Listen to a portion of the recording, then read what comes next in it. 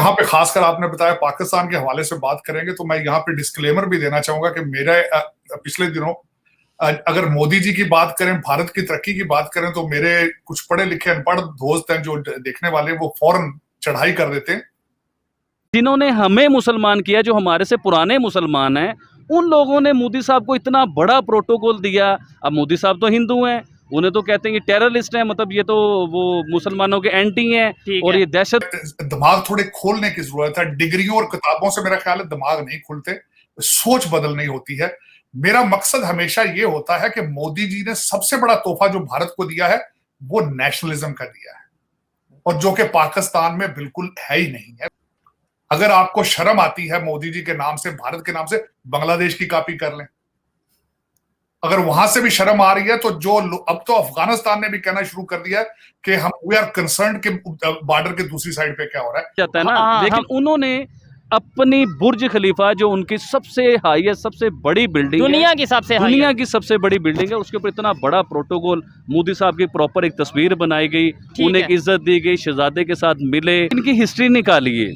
इन्होंने इतना डॉलर तबाह किया अपने मुल्क का, इतना डॉलर तबाह किया है कि आप सोच भी नहीं सकते। मिशन पूरा करने का। और इंडिया की टेक्नोलॉजी उन्होंने अपनी बनाई, अपना किया, उनसे आधे से भी कम पैसों में वो चांद पे पहुंच रहे हैं। जैसे दे करें, हमें किसी ने लालच देनी है, हमने साइड पे निकल जाना है। हमें ये गलती है, थोड़ी सी मुनाफिक हैं। अगर हम ये मुनाफिकत ख़त्म कर दें और अपने पाँव पे साबित कदम रहें, तो मेरा मानना ये है कि हम भी उनकी तरह तरक्की ज़रूर करेंगे, क्योंकि वो अपने मज़हब में बिल्कुल फिर कट्टर हैं। पे हैं कि हमने कश्मीर को कैसे बचाना है, या अच्छी बात है, आपको देखना चाहिए। लेकिन अगर मेरे मोहल्ले में आग लगी हुई है तो मैं सबसे पहला घर अपना बचाऊंगा। तो इट्स वेरी सिंपल। मेरी अपनी इकॉनमी डिज़ास्टर्स है और मैं औरों को जाके देखता रहूँ। पूरी दुनिया में बहुत बड़े इस्लामी ममालिक हैं। आपको कश्मीर के लिए सोचना चाहिए, औरों को भी सोचना चाहिए। मैं यहाँ पे ये नहीं कहूंगा कि मोदी जी का, मैं बल्कि मोदी जी के सफर की बात करूंगा। कहाँ से वो चीफ मिनिस्टर थे, गुजरात से, और मुझे आज याद है कि अमेरिका ने वीजा नहीं देता था। वहां से लेकर आज अगर उनकी 1 दर्जन से ज्यादा ममालिक ने हाईएस्ट सिविलियन अवार्ड उनको दिए, हाईएस्ट। तो ये बहुत एक्स्ट्राऑर्डिनरी ट्रैवल है बड़े शॉर्ट पीरियड में। और हम इस बात को भी हम नज़रअंदाज नहीं कर सकते कि हिंदुस्तान एक दुनिया की बहुत सबसे बड़ी जमहूरियत है और उनके पास मैन पावर है, उनके पास एसेट्स वगैरह हैं। तो हम इस बात को नेगलेक्ट नहीं कर सकते और हम उन पे ये भी दबाव नहीं डाल सकते कि आप हमारी वजह से उनके साथ तिजारत ना करें या सफारती तल्लुकात ना बनाएं। हाँ, हम उनके सामने अपने जायज़ मुतालबात रख सकते हैं कि हमें इन चीज़ों पे शक व शुबहात हैं, तो उनके मुताबिक जो है इंडिया के साथ अपनी सफारतकारी की जाए। चीज़ समझ नहीं आती कि जब इंडिया के प्राइम मिनिस्टर किसी दूसरे मुल्क के दौरे पर जाते हैं तो वो एक जॉनरा, एक एम, एक गोल सेट करके जाते हैं कि मैंने वहाँ जाके इन मुद्दों पर बात करनी है। अब जैसे कि वो यूएई में गए हैं तो उन्होंने वहाँ के जो प्रेसिडेंट हैं उनके साथ 2 तरफ़ा बातचीत की, एनर्जी को लेकर, फूड सिक्योरिटी को लेकर, डिफेंस को लेकर। लेकिन जब हमारे प्राइम मिनिस्टर किसी दूसरे मुल्क के दौरे पर जाते हैं तो उनके पास बातचीत के लिए कोई एजेंडा क्यों नहीं होता? हम सिर्फ कश्मीर कश्मीर कश्मीर करते रहते हैं। कश्मीर के अलावा भी हमारे पास बहुत सारे मसले हैं। जब इंडिया अपने इतनी डेवलप कंट्री होने के बावजूद अपने इतने मसलों को डिस्कशन कर सकता है, उन पर बातचीत कर सकता है, तो पाकिस्तान के पास तो मसलों की लाइन लगी हुई है। हम कश्मीर के अलावा कोई और बात क्यों नहीं करते? हाँ, इसकी एक मिसाल के साथ मैं आपको बात समझाऊंगा कि किसी ने भूखे शख्स से पूछा था कि 1 और 1 जमा करें तो कितने होते हैं, तो उसने कहा कि 2 रोटियां। अच्छा। तो भूखे शख्स के जहन में रोटियां ही रहती हैं। इसी तरह पाकिस्तान को जो इकोनॉमिक क्राइसिस है तो इसके जहन में हमेशा पैसों का रहता है कि कैसे मैंने डील करनी है, कैसे मैंने लोन लेना है। तो हमारी प्रायोरिटी वो बन जाती है। जब आप एक माशी तौर पर मजबूत होते हैं तो आपकी दूसरी प्रायोरिटीज़ बन जाती हैं। इंडिया माशी तौर पर मजबूत है, उसको लोन्स की ज़रूरत नहीं है, तो उसने अपनी प्रायोरिटीज़ दूसरी सेट कर ली हैं, लाइक टेक्नोलॉजी सेट कर ली है, सफारती ताल्लुकात सेट कर लिए हैं उसने। अबिद भाई, दुनिया सारी ये चीज़ें समझ रही है, ठीक है, पाकिस्तान हम क्यों नहीं, हमारे प्राइम मिनिस्टर, हमारे पॉलिटिशियन क्यों नहीं ये चीज़ें समझ रहे? देखिए, सबसे पहले तो हमें समझने के लिए अकल और शऊर चाहिए, ठीक है। देखिए, वो कहते हैं कि नकल के लिए भी अकल चाहिए होती है। जब अकल से आप नकल नहीं करोगे तो वो भी 2 नंबरी हो जाएगी। अच्छा, वहाँ पे ये है ना कि जब हमारे पॉलिटिशियन इक़्तिदार में होते हैं, पावर में होते हैं, तो वो क्रिटिसाइज करते हैं। जैसे वो फवाद चौधरी साहब की मैं बताता हूँ, इसे कहते हैं मुनाफकत।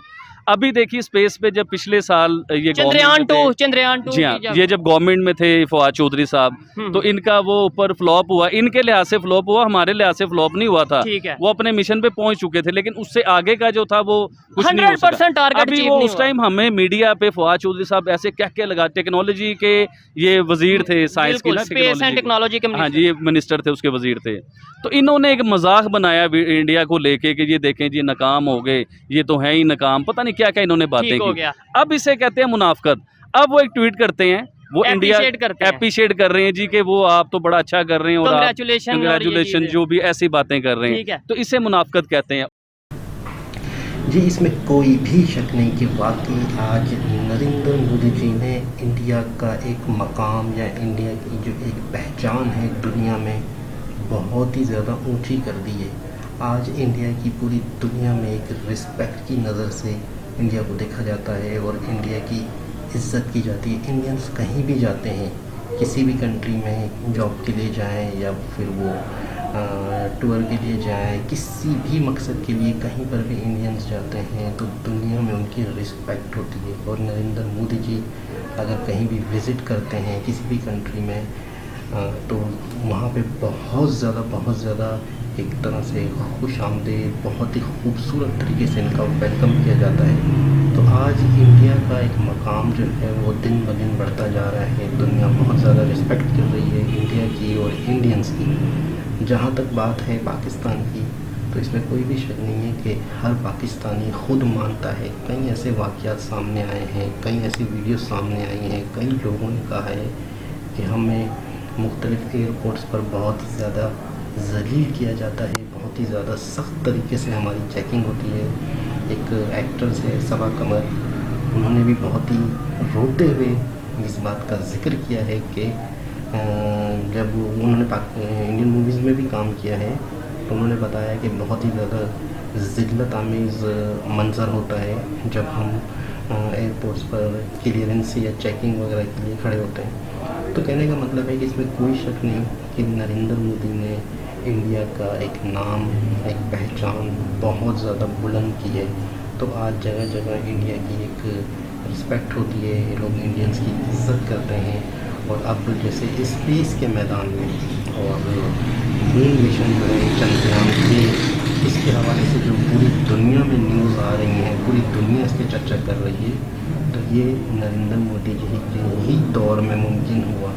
तो ये बहुत बड़ी बात है, इसमें कोई भी शक नहीं। और जितना अप्रिशिएट करना चाहिए, जितना अप्रिशिएट हो सके करना चाहिए इंडियंस को।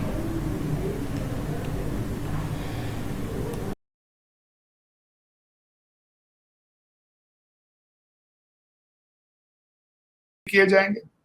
और दूसरा, इस वक्त फ्रांस के अंदर कानून है उनका कि जब कोई भारतीय स्टूडेंट मास्टर्स कर लेता है तो उसको 2 साल का स्टे का वर्क परमिट दिया जाता है। उसको उन्होंने एक्सटेंड करा के 5 साल का कराया है। अब उसका फायदा क्या होगा? आपको पता है इस वक्त भारतीय डायस्पोरा जहां भी है हेल्दी है, स्ट्रांग है और नेशनलिस्ट है। ये 3 चीजें पूरी दुनिया में जहां जहां भी भारतीय डायस्पोरा है, ये 3 चीजें मैंने उनमें देखी है। स्किलफुल, उनकी स्किल है, पीछे से एजुकेशन लेकर आते हैं, मेहनत करते हैं, and then they remain very nationalist. और ये नेशनलिस्ट जो था, मैं समझता हूँ मोदी साहब को क्रेडिट दूंगा। पहले चीजें कुछ और थी, लेकिन जो नेशनलिज्म का उन्होंने भारत के अंदर चीज की है, उसका असर डायस्पोरा पे आ रहा है। की तस्वीर भी उस पर चलाई गई। क्या कहेंगे जो रिस्पेक्ट इंडिया के प्राइम मिनिस्टर नरेंद्र मोदी को ऑल ओवर द वर्ल्ड मिल रही है, इसके पीछे क्या रीजन है? इसके पीछे रीज़न तो पहले तो मैं ये बताऊँ आपको कि रीज़न ये है कि उन्होंने अपने ताल्लुकात जो है ना वो सबके साथ सबसे पहले अच्छे बनाए हैं। ठीक है। और उनकी इंडिया वालों की तो अवाम गरीब है, गुर्बत बहुत ज़्यादा है उसमें। अच्छा। उसकी जो हुकूमत है वो स्ट्रॉन्ग है। ठीक है। वो अपने मुल्क को लेके चलते हैं, बेशक गुर्बत बहुत ज़्यादा है लेकिन वो अपना जो है ना एक अपना लेवल मेंटेन रखते हैं। अच्छा। हमारे पाकिस्तानियों को अपनी लड़ाई से फुर्सत नहीं मिलती, सबसे पहली बात है। इसको पकड़ लें, उसको पकड़ लें, जिसकी हुकूमत है वो दूसरे को पकड़ने पे तुला होता है। उन्होंने मईशत नहीं देखनी, इधर उधर नहीं देखना। बाहर वालों ने भी कहना है कि जब इनके अपने मसले नहीं ख़त्म होते, जब इनकी अपनी लड़ाइयाँ नहीं ख़त्म होती, ये एक दूसरे को कभी अडयाला जेल भर लेते हैं, कभी कुछ भर लेते हैं, जब इनकी अपनी लड़ाइयाँ ख़त्म होंगी, जब ये कुछ सोचेंगे पाकिस्तान के बारे में, जब इस पे फोकस करेंगे तो फिर कुछ होगा ना, फिर ये इज़्ज़त मिलेगी। वो ज़ाहिर सी बात है यही सोचते हैं, सबसे पहली बात है यही सोचते हैं। इन कंपैरिजन इसलिए बेटर है। सो मेरा ख्याल है इसीलिए दुनिया शायद हमें सीरियस नहीं लेती है, क्योंकि हम खुद भी क्लियर नहीं है कि हमने अपनी फॉरेन पॉलिसी कैसे बनानी है, दूसरे मुल्कों के साथ डील कैसे करना है। अब इंडिया दुनिया की 5वीं बड़ी इकॉनमी है। यूएई में वो जब वहाँ के सदर के साथ जाके मिले तो उन्होंने फूड सिक्योरिटी पर, एनर्जी पर, डिफेंस पर बात की।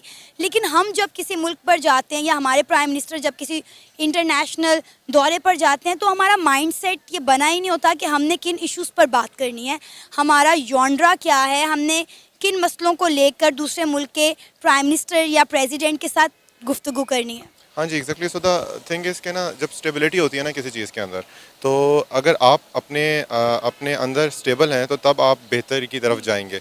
अगर हमारे अंदर स्टेबिलिटी ही नहीं है, सो वो लोग वो क्यों इन चीज़ों पे बात करने की नौबत तक पहुंच चुके हैं, बिकॉज दे नो कि they are self sustainable. In contrast we are not self sustainable, because हमने ऐसा कभी मॉडल ही डेवलप नहीं कर पाए हैं। Like for example, so I'm not going to name the everything where जहाँ पे हमारा प्रोग्राम है, जिस तरह का दुनिया के अंदर रैकेट, बल्कि अगले दिन यहाँ पे को कंपेयर कर रहा था जब इन्होंने लॉन्च किया कि एक अमेरिकन मूवी जो बनाई जाती है स्पेस रिलेटेड, उससे भी बजट कम है इनके जो स्पेस चीजें हैं। ये बात भी अपने आप में एक मानने वाली है कि इंडिया ने बहुत ही कम बजट में स्पेस मिशन जो है वो पूरे किए हैं। कहा जाता है कि हॉलीवुड मूवी जितने में बनती है उससे भी कम बजट में इंडिया रियल में स्पेस पे मिशन भेज देता है। तो मैं कहूँगा ये वाकई बहुत बड़ा कमाल है, एक बहुत बड़ी अचीवमेंट है। किस तरीके से ये कर पाते हैं, किस तरीके से ये मुमकिन है। मैंने तो देखा है कि पाकिस्तान में हमारे छोटे छोटे प्रोजेक्ट में अगर एक प्रोजेक्ट है जिसके अंदर 1 अरब रुपए, 1 करोड़ रुपए, 2 करोड़ रुपए लगने चाहिए तो उस पर 5 करोड़ लग जाते हैं। कहाँ चले गए वो पैसे कोई पता ही नहीं होता।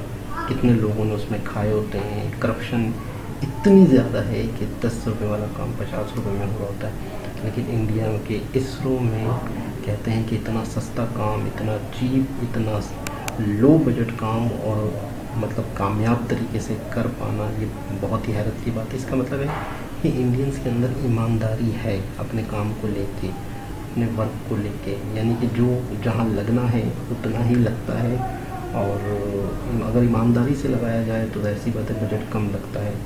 तो मैं बता रहा हूँ कि हमारे यहाँ पे अगर 1 करोड़ रुपए का कोई प्रोजेक्ट होता है तो उसके 10 करोड़ रुपए साइन होते हैं, 10 करोड़ रुपए उसके निकाले जाते हैं और 8 से 9 करोड़ कहाँ जाते हैं वो किसी को भी पता नहीं चलता। दूसरी बात यह है कि हमारे यहाँ पे बहुत अरसे से, शुरू से ही, बचपन से ही लोगों के माइंड सेट ये हैं कि इंडिया से नफ़रत, मोदी से नफ़रत। और शुरू में मुझे अच्छी तरह याद है जब नरेंद्र मोदी जी के हवाले से न्यूज़ आने लगी थी कि next prime minister Narendra Modi ji होंगे, मेरे ख्याल में 2014 की बात है। तो अच्छी तरह मुझे याद है पाकिस्तानी न्यूज़ में अक्सर ये बात चला करती थी कि अब बहुत ज़्यादा बुरा हाल होगा इंडियंस मुस्लिम का, जो मुसलमान इंडिया में मौजूद हैं उनके घर जलाए जाएंगे, उनके साथ बहुत जुल्म होगा। मुझे अच्छी तरह ये बात याद है। लेकिन आज इंडिया में या कश्मीर में जो मुसलमान हैं वो बहुत ज़्यादा खुश हैं। मुस्लिम ख़वातीन जो हैं उन्होंने नरेंद्र मोदी जी की इतनी तारीफ़ें करती है, तो आज रिज़ल्ट बिल्कुल उलट देखने को मिल रहा है।